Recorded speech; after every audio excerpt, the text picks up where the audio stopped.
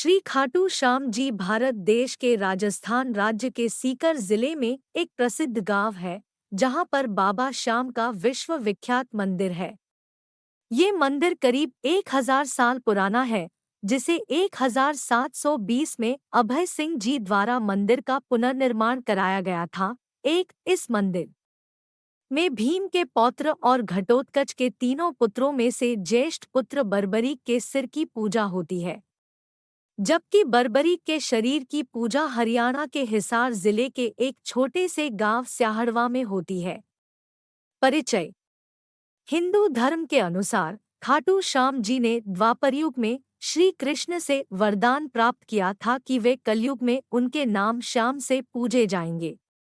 श्री कृष्ण बर्बरीक के महान बलिदान से काफी प्रसन्न हुए और वरदान दिया कि जैसे जैसे कलयुग का अवतरण होगा, तुम श्याम के नाम से पूजे जाओगे। श्री श्याम बाबा की अपूर्व कहानी मध्यकालीन महाभारत से आरंभ होती है। वे पहले बर्बरीक के नाम से जाने जाते थे। वे अति बलशाली गदाधारी भीम और माता अहिलावती के पौत्र हैं। बाल्यकाल से ही वे बहुत वीर और महान योद्धा थे। उन्होंने युद्ध कला अपनी मां तथा श्री कृष्ण से सीखी। महादेव की घोर तपस्या करके उन्हें प्रसन्न किया और 3 अमोघ बाण प्राप्त किए। इस प्रकार 3 बाणधारी के नाम से प्रसिद्ध नाम प्राप्त किया। दुर्गा ने प्रसन्न होकर उन्हें धनुष प्रदान किया, जो उन्हें तीनों लोकों में विजयी बनाने में समर्थ था। महाभारत का युद्ध कौरवों और पांडवों के मध्य अपरिहार्य हो गया था। यह समाचार बर्बरीक को प्राप्त हुए तो उनकी भी युद्ध में सम्मिलित होने की इच्छा जागृत हुई। जब वे अपनी मां से आशीर्वाद प्राप्त करने पहुंचे तब मां को हारे हुए पक्ष का साथ देने का वचन दिया।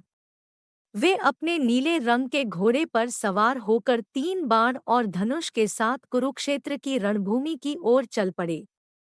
सर्वव्यापी श्री कृष्ण ने ब्राह्मण भेष धारण कर बर्बरीक का भेद जानने के लिए उन्हें रोका और उनकी बातों को सुनकर उनकी हंसी उड़ाई कि वह मात्र 3 बाण से युद्ध में सम्मिलित होने आए हैं। ऐसा सुनकर बर्बरीक ने उत्तर दिया कि मात्र 1 बाण शत्रु सेना को परास्त करने के लिए पर्याप्त है और ऐसा करने के बाद बाण वापस तूणीर में ही आएगा। यदि तीनों बाणों को प्रयोग में लिया गया तो पूरे ब्रह्मांड का विनाश हो जाएगा। यह जानकर भगवान कृष्ण ने उन्हें चुनौती दी कि इस वृक्ष के सभी पत्तों को वेद कर दिखलाओ। वे दोनों पीपल के वृक्ष के नीचे खड़े थे। बर्बरीक ने चुनौती स्वीकार की और अपने तूणीर से 1 बाण निकाला और ईश्वर को स्मरण कर बाण पेड़ के पत्तों की ओर चलाया। बाण ने क्षणभर में पेड़ के सभी पत्तों को वेद दिया और श्री कृष्ण के पैर के इर्दगिर्द चक्कर लगाने लगा, क्योंकि एक पत्ता उन्होंने अपने पैर के नीचे छुपा लिया था। बर्बरीक ने कहा कि आप अपने पैर को हटा लीजिए, अन्यथा ये बाण आपके पैर को भी वेद देगा।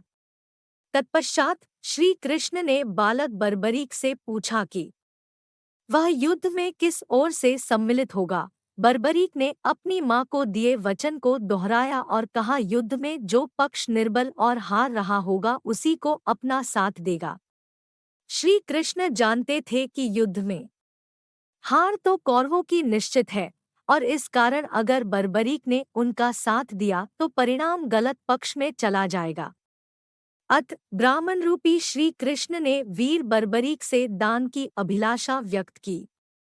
बर्बरीक ने उन्हें वचन दिया और दान मांगने को कहा। ब्राह्मण ने उनसे शीश का दान मांगा। वीर बर्बरीक क्षण भर के लिए अचंभित हुए, परंतु अपने वचन पर अडिग रहे। वीर बर्बरीक बोले, एक साधारण ब्राह्मण इस तरह का दान नहीं मांग सकता है। अत ब्राह्मण से अपने वास्तविक रूप से अवगत कराने की प्रार्थना की। ब्राह्मण रूपी श्री कृष्ण अपने वास्तविक रूप में आ गए।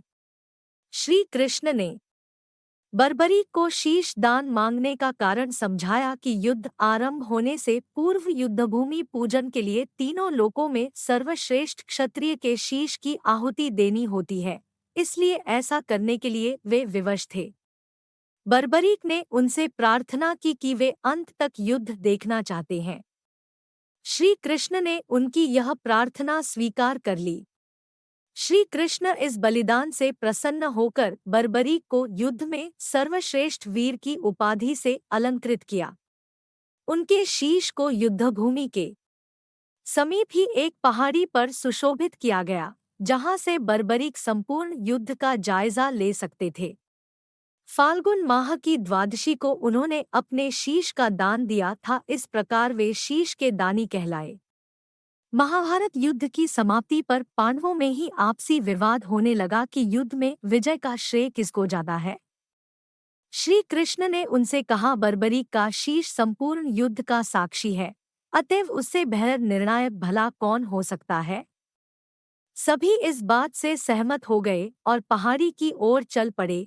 वहां पहुंचकर बर्बरीक के शीश ने उत्तर दिया कि श्री कृष्ण ही युद्ध में विजय प्राप्त कराने में सबसे महान पात्र है।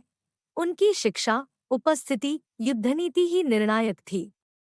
उन्हें युद्धभूमि में सिर्फ उनका सुदर्शन चक्र घूमता हुआ दिखाई दे रहा था, जो शत्रु सेना को काट रहा था। महाकाली कृष्ण के आदेश पर शत्रु सेना के रक्त से भरे प्यालों का सेवन कर रही थी। श्री कृष्ण वीर बर्बरीक के महान बलिदान से काफी प्रसन्न हुए और वरदान दिया कि कलयुग में तुम श्याम नाम से जाने जाओगे, क्योंकि उस युग में हारे हुए का साथ देने वाला ही श्याम नाम धारण करने में समर्थ है।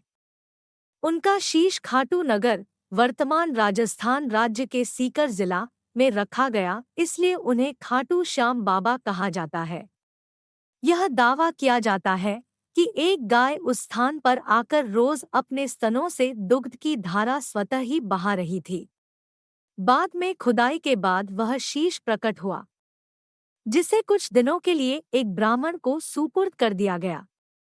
एक बार खाटू नगर के राजा को स्वप्न में मंदिर निर्माण के लिए और वह शीश मंदिर में सुशोभित करने के लिए प्रेरित किया गया। तदंतर उस स्थान पर मंदिर का निर्माण किया गया और कार्तिक माह की एकादशी को शीश मंदिर में सुशोभित किया गया, जिसके रूप में मनाया जाता है। मूल मंदिर 1027 ई में रूपसिंह चौहान और उनकी पत्नी नर्मदा कंवर द्वारा बनाया गया था।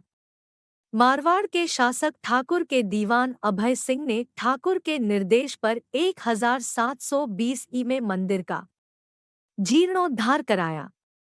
मंदिर इस समय अपने वर्तमान आकार ले लिया और मूर्ति गर्भगृह में प्रतिस्थापित किया गया था। मूर्ति दुर्लभ पत्थर से बना है।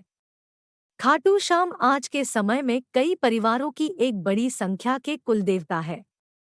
खाटू श्याम के 11 पवित्र नाम: जय श्री श्याम, जय खाटू वाले श्याम, जय हो शीश के दानी, जय हो कलयुग देव की, जय खाटू नरेश, जय मोरवय, जय हो खाटू वाले नाथ की, जय मोरविनंदन श्याम, लीले के अश्वार की जय, लखदातार की जय, हारे के सहारे की जय, श्याम बाबा।